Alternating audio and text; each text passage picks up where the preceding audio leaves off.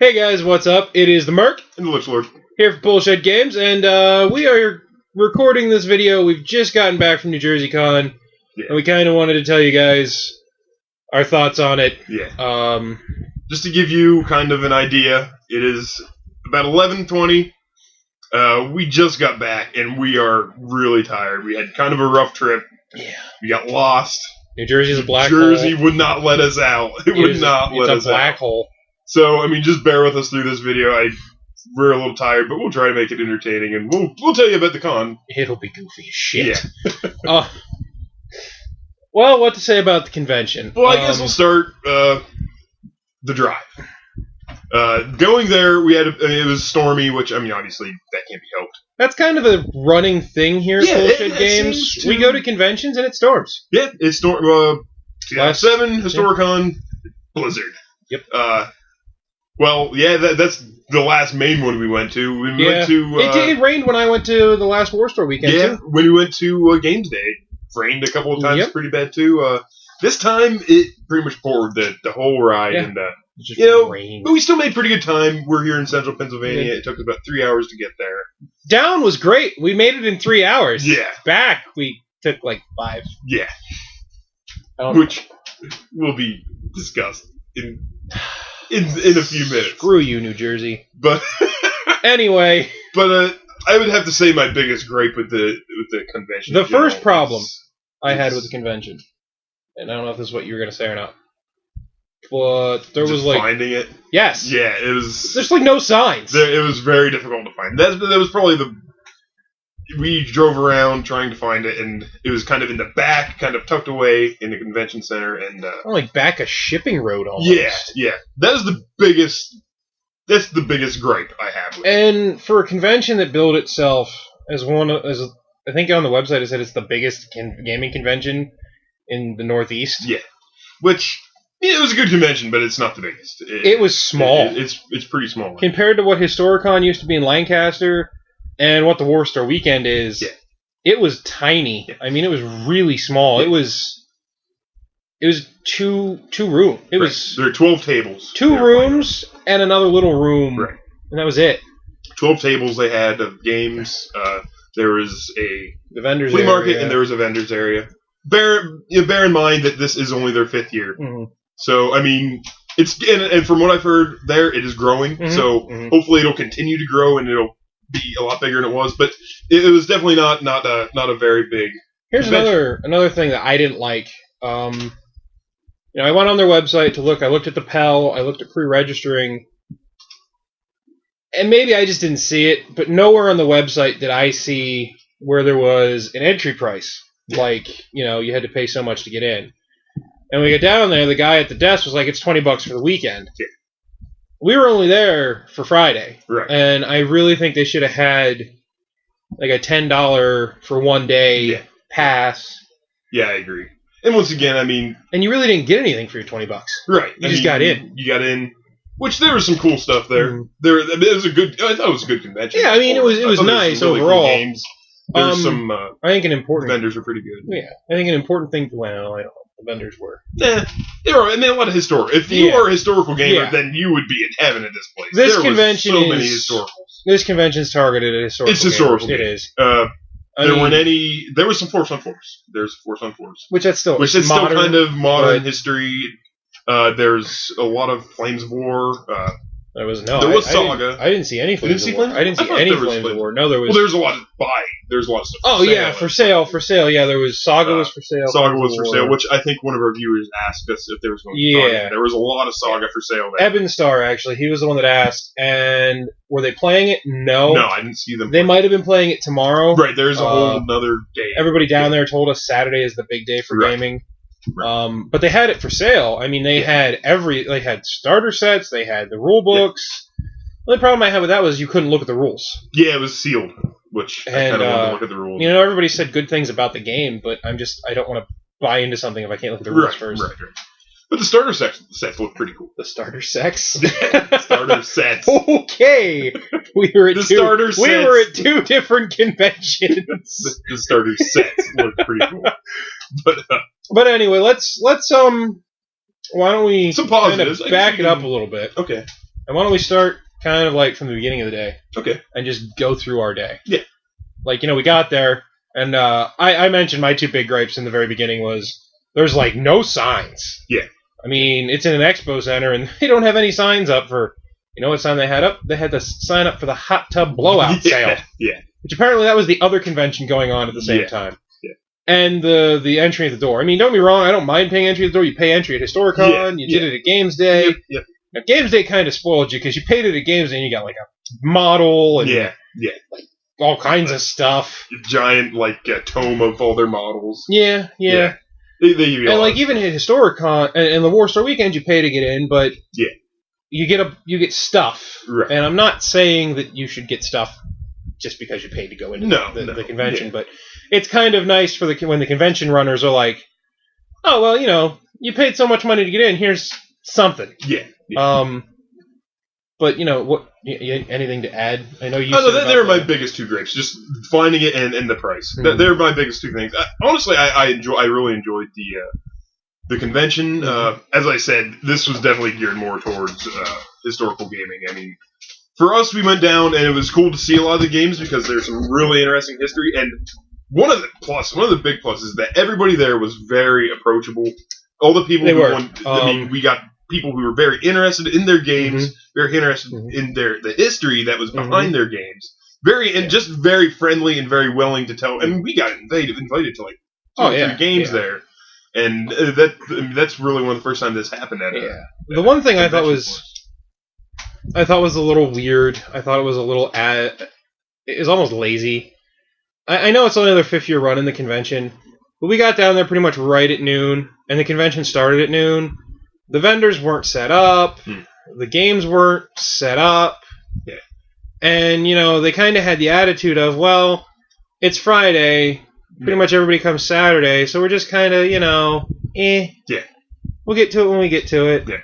I thought, it just seemed a little unprofessional. And getting down there is kind of like, oh, what's going on? I mean, when you get there and there's only like 20 cars in the parking lot and you're used to going to like HistoriCon where you can hardly find a parking spot. Or Games Day where it's like, oh, there's lines at the door. And this convention's billing itself as one of the largest in the Northeast. Right. There's like 20 cars. It's like, oh my. But like I said, they were just opening and it is only their 5th year. So I guess you got to bear with them a little bit. I'm probably a little overly critical because I'm tired and cranky, 1. And 2, it was the first convention I've gone to in a long time, and I was really excited.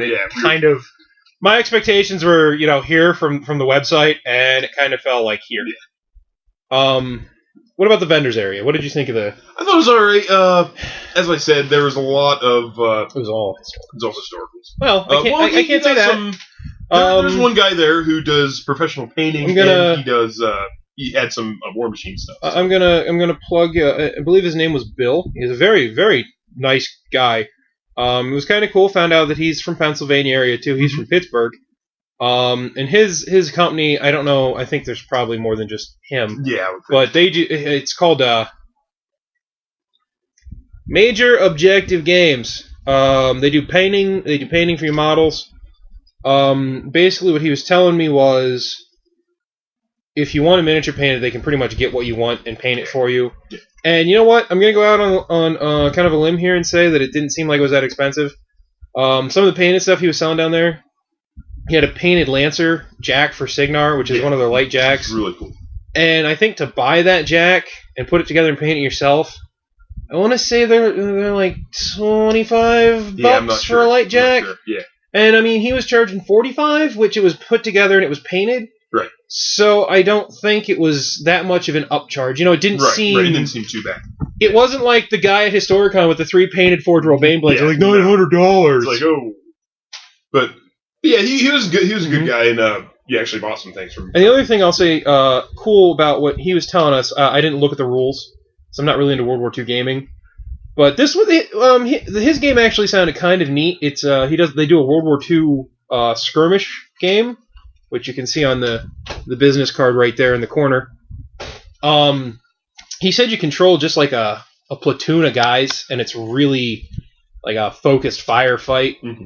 And from what he was saying, I guess you buy the rule book, and once you buy the rule book, you have access to all the rules updates that they come up with for free. You don't pay again. Yeah. Because he said that he started off as a gamer, and he said that it was really a pain in the ass when you bought a rule book, and every time new updates came out, you had to pay for it. Yeah. So he said, I didn't like it as a gamer. Why would I do it as a business? Yeah, right. Exactly. And I respect the guy for that. So that was Bill over at Major Objective Games.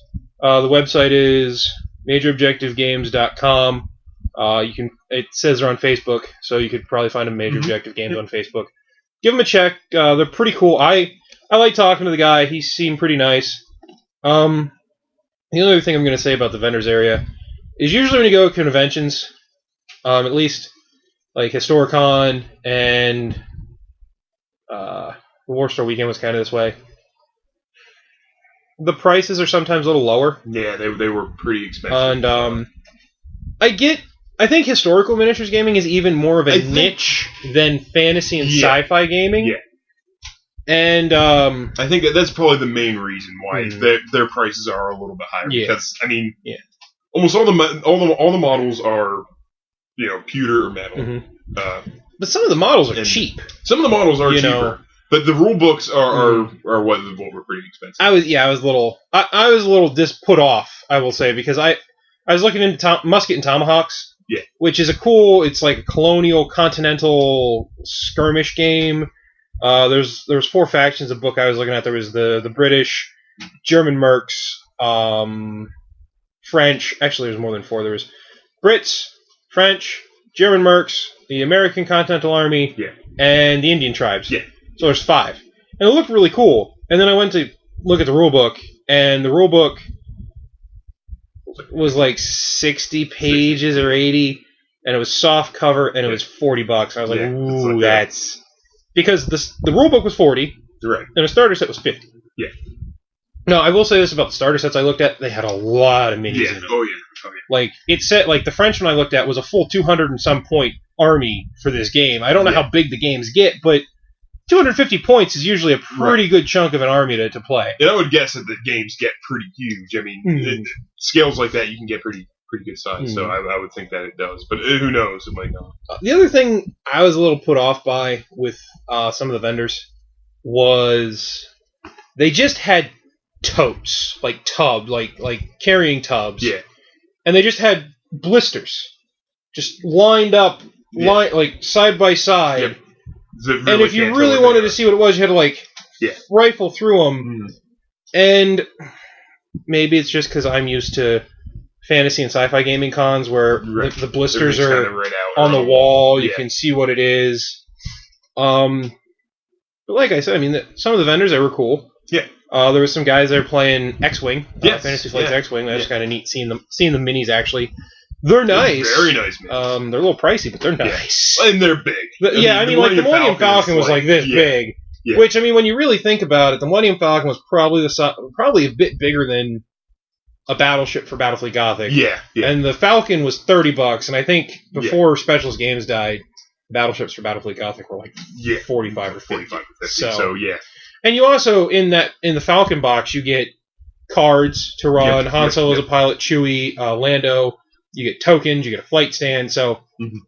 So it comes. It's not that bad of a price. Yeah, right. And the models are very nicely done for being pre-painted and everything like that. Pre-assembled, gorgeous. They are really gorgeous pre-paints. Yeah. I think that'd be a really cool game to actually maybe think about getting into in the future. Oh yeah. Anything you want to? That's what did you think of the vendors? I thought the vendors were all right. Like I said, they a lot of the stuff was pretty expensive. Some of the people were really approachable, would talk to you. Some of them would just kind of sit back and not really approach you or anything, which that's fine. I mean, they have a long day ahead of them, so I can understand that. But honestly, it was all right. It was small. It's the biggest thing, and it focused a lot on historicals, which is fine if you're a historical gamer. But for us, we are talking about all the historical gaming and things, but I did pick up some War Machine stuff from Bill there at Major Objectives Games. Yeah. I managed to pick up the Cawdor Menowar. Yeah, because they're in steam-powered armor. Winter Guard unit attachment, which is the officer in the standard, because this is kind of my promise to myself to get the Winter Guard Death Star, because two Crix players that are in my group are like, oh, we're playing Bane Thralls with Banelord Tartar Sauce. I do not have Bane Thralls yet. Yeah. And I was really surprised, as Jack is hard to find. I managed to get the Spriggan Demolisher Destroyer kit by building the Spriggan, and I stopped, because building models when you're really tired is a bad idea, because I got the arm switched around. The shield will be on the right arm, and the spear will be on the left arm, which, not a huge deal, but... And I couldn't come home empty-handed, so I decided to buy a board game. And this was featured on Tabletop, so I was like, yeah, it looked fun, so I got King of Tokyo. How could you say no to a game that Will Wheaton, Total Biscuit, John Scalzi? Yeah. No. That was it was Will Wheaton, Total Biscuit. And I forget who the other guys were. The one guy was in NAS Engine. No, he wasn't. No, he was in Forbidden Island too. Yeah. Anyways, it's really, all running together, but it was a really cool game, and it's basically like you're not to break any copyrights. You're somewhat similar to Godzilla, and you are trying to take over Tokyo. You're giant monsters. You're trying to become the king of Tokyo. It's kind of a simple, fun game, and it was relatively cheap, so I picked it up. You want to talk about the flea market? The flea market then we'll talk about the gaming area. Yeah, the flea market was pretty cool. You could bring your own stuff, and you could sell your own stuff. That's how it was run. You'd register with the people running the con, and people would kind of come in. They'd set their stuff down. They'd put it out, and they would sell it. A friend who went with us, Brian, got an amazing deal on a Warhammer awesome. Warriors of Chaos army, where it was $100 for. Oh, what was it like? There's 10 knights, a mounted sorcerer, mounted corn lord, mounted archaeon, 30 warriors. There were a bunch of marauders, 10 chaos hounds, and a bunch of marauders, and there were some marauder horsemen too. And there was a chariot, it was probably nicely painted, probably like $1,000 worth. Yeah, for $100. Now, so, great deal. As a counterpoint to that story, to show you, just kind of illustrate how big the scale is of prices at the flea market. Yeah. Our friend got that deal for $100. Yeah. The only War Machine thing there for a good portion of the day was a Signar army, which was in a Battle Foam War Machine case, so you couldn't really see. You couldn't tell what was in it.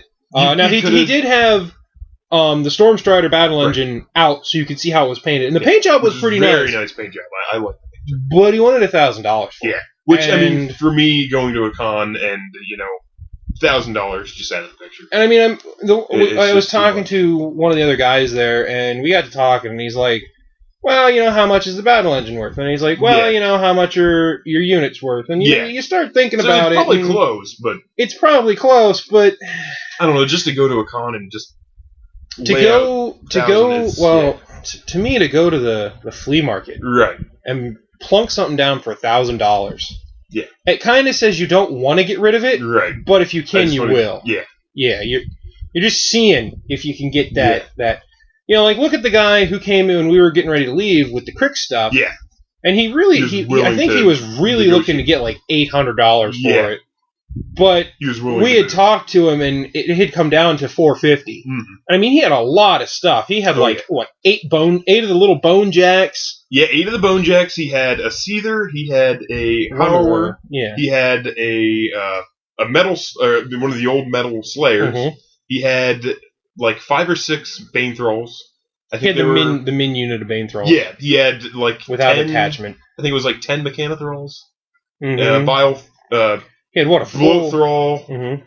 I think that's about it. There were some of the Stalkers too. He had a full unit of the dudes that blow up that come with the necro that come with the guy that fixes your jacks. Oh yeah, he had that guy and a full unit of them. Yeah, yep. And then he had the one that fixes your casters and your infantry and the full unit of golems that come with it. And they were all nicely exquisite paint. And I mean, he had Denegra, Horshade the Bastard, and Prime Asphyxius. Yeah. I mean, they were really nicely painted, like Richard said. And, that to me, to see that he came from, like, wanting, like, 800 down to, like, 450. Yeah, that's... What that says to me is he really liked the stuff, and he had fun with it, but he he told us, he's like, he made the decision to get out of the game, I guess. Yeah. And he understood that to get rid of it, he might not get what he wanted for it. And, that's a sensible thing to do. Now, I will say about the flea market, the room was really tiny. Yeah, the room was very small. It was smaller than our office. Yeah. And our office is kind of small. Yeah. I could imagine tomorrow when they actually get a bigger crowd, just the amount of stuff that's going to be moving in and out, and I don't know how. And that's the thing, a lot of people have been saying that this con is growing, and I'd be interested to see if it gets really big, how they're going to do this. Well, this was only the second year for the Bring and Sell. Right. If they got too big, I don't know if they'd still be able to do that. Yeah. But I thought that was cool. I thought the Bring and Sell. The other thing they needed to do is you could take up however much table space you wanted with your stuff. What they really should have done is they should have had sections taped off. Right, where you have this. There should have been bigger sections where people had a lot of stuff and smaller sections so that you could fit more people into that small space. Yeah. But I thought the idea of it being Bring and Sell, where, you bring what you want to sell, you plunk it down. You had to print out PDFs and fill out everything and put tags on stuff. Yep. But, you didn't have to babysit it. Yeah, right. Which that's the thing at Historicon's flea market, you have to babysit your stuff. Yeah. Now the downside of the Bring and Sell is compared to Historicon, where the owner's there and you can be like, hey, that's pretty cool. Yeah. Do you want to get rid of it, or do you want to have it sit there all day? Right. And you can do the haggling thing. Whereas if it's a Bring and Sell, it's kind of troublesome because if you want to haggle, you've got to talk to the guy who's babysitting the Bring and Sell, right? And then he has to find out who owns the stuff you want to look at or haggle, and he has to go get him. A game or outside getting something to eat, or you never know if they're there. So, but I thought the flea market was pretty. Oh yeah, I think it was a good idea. I'm interested to see how they do it if it does get really big. If they can continue to do that when it gets really big, I think it'd be really cool. But I think it'd be difficult. Speaking of food, we'll take a minute. I want to give a shout out to the guys in the Oink and Moo barbecue food truck. Really good. I don't think they had the business they were hoping for because it was raining. Yeah. And they didn't get a tarp to set up until 1:30. Yeah. But the food was amazing. It was really good. Really good. I had Chipotle chicken tacos and some kind of a bean salad, and it was really good. Yeah, a pulled pork taco it was just amazing. It was amazing. So, shout out to those guys. That was really good. And it's the first time I had food from a food truck. Yeah. And it was neat. It was a cool experience. I guess the last thing to talk about is kind of the gaming itself. When we first got there, it was a sad state. People were setting up. Games hadn't quite started yet. I think games ran from 1 to 3. Yeah. And then 4 to 6, and then 6 to 8. But gaming went until 1 this morning. Yeah. The only game that was actually fully set up when we got there was Bushy Hill Battlefield. Yes. Which was the French Indian War, I think? Yeah, I think so. I think the French Indian War. Which we have a pic of that, actually. Yeah. Those will be coming up probably towards the end of the week. I've got to figure out how to get them off my camera. Yeah. But as the day went on, games started to get more set up. Really cool too. Some of them were pretty epic. I'm gonna just say that some of the guys, I didn't catch the guy's name that was running the Battle of Galfield's Courthouse. I think it was. Yes, that's what it was. It was a Revolutionary War game, and this guy knew his stuff. Yeah. He was telling us stuff about this battle, history, and it was just really cool. And the cool thing about that guy was, he was just really personable. He's like, "Oh, did you guys ever play before? You want to play?" Yeah. And it's nice when you're just kind of hanging out and just kind of standing there and admiring the table, and then they'd come up and start talking to you about it. It's like, "Oh, well, that's cool." And it was actually really interesting history also. And another table I thought was just awesome was a guy redid Rourke's Drift, which is colonial Brits versus the Zulus. Yeah, oh man. And this table was ridiculous. Yeah. And Brian, the guy that went with us, said that he talked to that guy. And I think he said there was 600 models on that table. Mm-hmm. And he said tomorrow he was going to be running the same game, but with 1,200 models. Yeah. So. That's ridiculous. I mean, the guy had movement trays like this big that were just packed with Zulu warriors. Yep. And he was doing this really cool thing where he had Zulu shield tokens and like Victoria Cross tokens. Yeah. And when Zulus died, you'd pile up the shields. And when a Brit died, you'd lay down one of the Victoria Crosses where they died. And it was just a really kind of neat thing, and he made up his own rules. Mm-hmm. I mean, he based them off of Fire and Fury, which I guess is a Civil War rule set. Yeah. But he was like, these work, but I want something different, so bam! Yep. That was an awesome table. And we have some pictures of that, too. Some of the tables that we didn't get to see played, there was a setup of Waterloo that was... It was a nice setup. Yeah, it's huge. I mean, it was smaller scale models. Mm-hmm. But they were probably 6 millimeters. Yeah, they were really small, but that's just a lot of stuff, and it was a big table setup. You had some pictures of that one too. There were a couple other battles like that too that were just really. But the game may actually look like it would be really fun, and actually, I mean, if we would have been staying longer, I would have contemplated definitely playing in a few of the games. I mean, Force on Force looked pretty cool. I will say we got invited to play the Force on Force game, which I think one of the staff of the tournament of the con actually set that up. Yeah. I've played the game before, and I was a little leery of the scenario because it just seemed like there wasn't enough hard cover on the table. We got invited to play in the battle for Gullifield's courthouse. Yeah. And there was a dude down there who looked like Crazy Professor. I mean, he had like poofy gray hair and a big handlebar mustache. And he was really excited about this game. He had some kind of an old like ship and sail. It was to steer to glory was the name of the rules. And I mean, he was like, "Oh, you guys want to play?" I was like, "We're just kind of looking because But it was nice. Like, it was cool because he was not to knock Historicon because it's a great convention, but I always feel a little out of place. Yeah. Because I'm so used to like. When I went to Games Day and at the War Store convention, you go up to a table and people are like, "Have dice, roll, play," and you're at Historicon and you walk up to a table and you start looking at the model. And sometimes they don't even look at you; they're just like they'll just keep playing and they'll be like, "What are you doing here? Why are you interfering?" But so I mean, don't get me wrong, there were some games there too where people would approach you, but it was just not as many. It seemed like almost everybody. I think I got talked to at pretty much every table I went to, except for the one where the game was going on. Yeah, right. Which that's understandable because they're into the game. Yeah.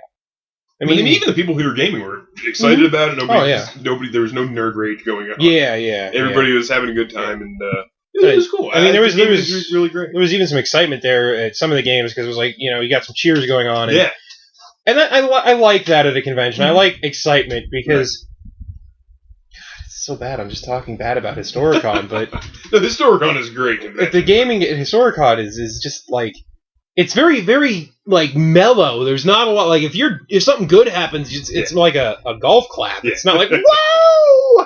Yeah. But I get but yeah, the game was good and I guess. To end the video. The ride back. End the video. We will talk about two things. First, gonna mention where we had dinner, which was Five Guys. Five Guys burgers. It was pretty good. It was a toss-up between there and Red Robin. Personally, for me, I've had Red Robin before. I would have rather had Red Robin. I mean, Five Guys is cool. Five Guys is kind of made me think of like bar food. It's a burger. It was like, man, if this was 2:00 and I had just been pub crawling, this is what I want because it's a greasy burger and a big cup of fries and as many peanuts as you can eat, and free refills on all your drinks. So that was pretty cool. But the ride back, you wanna? I'll go into it. I might interject with a somehow Hershey, New Jersey here and there, and it's a black hole. We're leaving. And I thought we were leaving. I thought we were leaving, and I didn't print part of my fault because I didn't print the reverse directions back. Part of this is, but I mean, generally you can kind of twist the directions around and remember the way back. But they have the road.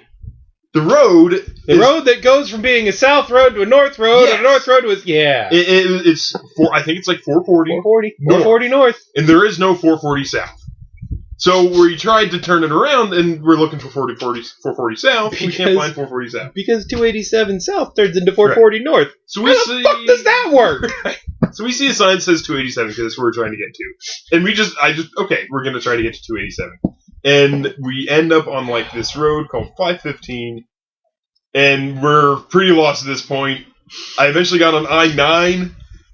And I had to stop. I had to stop at a gas station. Well, we got on I-9, and it was like, Brian's like, well, this is a toll road. And we're like, oh my god, we don't want to get a toll road. But anyways, I had to stop to get directions. We're going east on 515 for a long time, and it's just nothing. I come across I-9, it goes north. I know if I go north, we'll eventually get to 80, and we're golden. You know where we end up? We end up in New York. And we cross the giant bridge. The Caligula Skyway. Which, let me tell you, if you don't like heights, and you know anything about the infrastructure of bridges in this country, your butt clenches. You're like, oh god! Oh man. This is terrible. I'm going to die. But we're thinking that at this point, I'm thinking that I'm going to have to drive into Manhattan. Brian's telling us we're going to have to go through, like, the lower tip of Manhattan. And then cross the George Washington Bridge on 80, and that would have been bad. You'd still be driving. We would be starting this video right now. But anyways, we finally come across 280, and we're like, 280, that'll take us to 80. So we get on this, and we eventually make our way to 80. And New Jersey didn't want to let us go. New Jersey had us in its gravitational pull, held us in its grasp not letting us go for an extra 45 minutes. Oh yeah, it threw us into New York, so we had to go back through New Jersey. What the fuck? It was rough. And then that insult to injury. This is why I hate you, New Jersey. And I almost would have felt better if it would have been like $5. Yeah, oh yeah, if it would have been a significant amount of money. But it's like, no. You can't leave yet. Yeah. Before pay us $1. You have to pay them $1. And we're expecting to have like the Grim Reaper at the freaking booth. I just thought somebody was going to like poke us and we were going to go back to New York. That's what I thought was going to happen. It was stupid. It was bad. It was stupid. It was ridiculous. The most lost I had ever been. I was in 3 states today. Three states. New York, New Jersey, and Pennsylvania. And I crossed Delaware Water Gap. But yeah, that's that. And because we are so tired, and because it is this late, we had originally planned on playing a game of Dystopian Legions at Infinity Day, which we have still not played. Yeah. We've got all these cool starter sets. He even got a new Infinity starter. Yep. And we just haven't had a chance. Work, cons, and unexpected interruptions by beautiful women. Yeah. Have let us. That's right, gamers. We said interruptions by beautiful women. You might not believe us, but it happens. But I mean, overall, we'll probably end up going to NJCon next year. Yeah, we're gonna try to go that down on a Saturday, and we might actually, if we get the chance, and we can go 2 days, and we have enough Dystopian Legion Legion stuff, we might actually try to run a game. It'd be a game between Federated States and Prussian Empire. It would just be cool. I think that's a game that would probably do well there because it's alternative history. So it's kind of historical, but not. It would be enough for everybody to kind of recognize, but because like War Machine, I don't think would work. Yeah, I had a feeling that people were kind of looking for that type of game. Yeah, but it just wasn't. There were some people there who would like, I want to play some Warhammer, I want to play War Machine, or I want to play some, Dystopian Legions or something. And I wouldn't bring the blight that is Warhammer to that convention. I'm sorry that slipped because I'm tired, and we're going to talk about that one of these days. Don't go there. We're going to talk about that one of these days. We're going to put on our flame retardant clothes. And we're going to talk about Worms at Games Workshop. But let's not... Out of a 7 out of 10, though. Or out of the... well, we know what you're giving the convention. No, I'm actually going to give them better than that. A rating out of 10, what would you give that? I'm going to break this into 2 parts. Execution, they get a 5.5 out of 10. Because the hard to find, the price I wasn't expecting at the door... The lackadaisical setup, just all that combined for execution, a 5.5 out of 10. It wasn't terrible, but I agree. But for like enthusiasm for wanting to improve, for wanting to make it grow, I'd give them like an 8 out of 10 because I think it's good. Everybody was excited to be there. They were saying like, "Oh yeah, this is only the second year we have the Bring and Sell, but it's bigger than it was last year. We're getting more people this year." So I give them an 8 out of 10 for the actual like effort and enthusiasm and putting work into it. But the execution, I think a 5.5 out of 10. I'm sorry. Yeah, I think that's. I hate to completely agree with you, but I think that's about perfect. I give it for execution. I give it like a 5.5. Maybe it's 5.5. I think that's good. And 8 on enthusiasm because that was cool. Overall, I give it like a 7.5. No, I will say that it was fun, and I maybe if we'd have been there Saturday, it would have been a little better. Yeah, and it was very rainy. It was. So but we're gamers. We don't go outside. Yeah, right.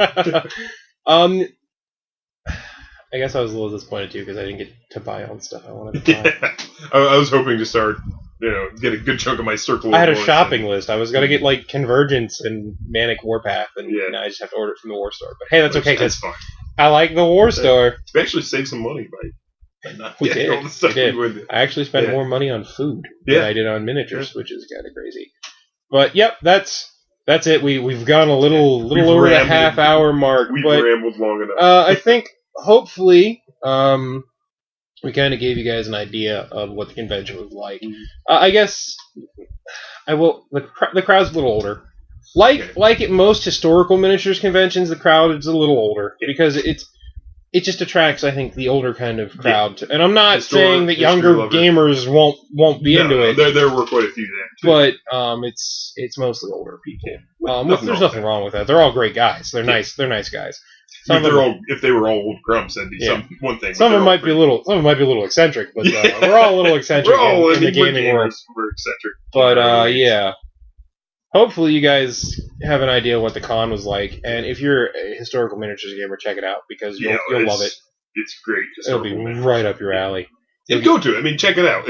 If you're in the Northeast, I would suggest if you're within driving distance of New Jersey and you see it come up, the website's NJCon, or just Google NJCon though, and go check it out. And next year, you never know, we might be down there running a game. Which it's just going to get bigger, You can come play with us. Yeah. Which is cool, right? Come play with us. Come play some Dystopian Legions. God, that's tired. You took that to creepy. Thank you.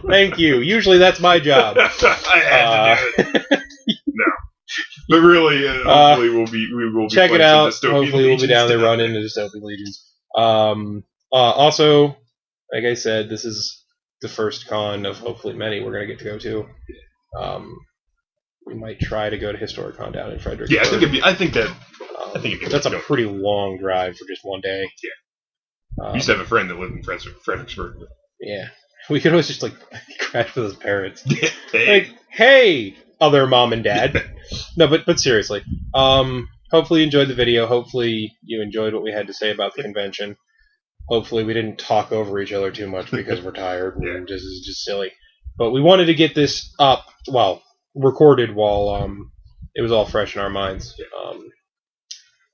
So if you like what we're doing, subscribe, give us a thumbs up, share our videos, let other people know what's going on with us. That would be cool.